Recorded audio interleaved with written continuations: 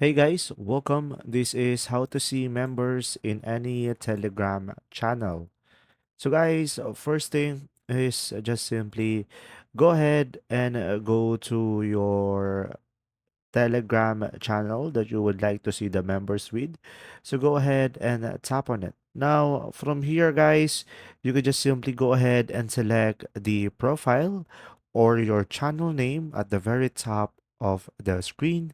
And now over here, guys, you should be able to see the members right away of the channel.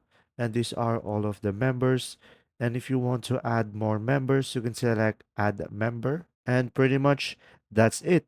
But guys, remember that if you don't see any member when you tap on the channel name, that means the owner doesn't have the member list turned on for the public.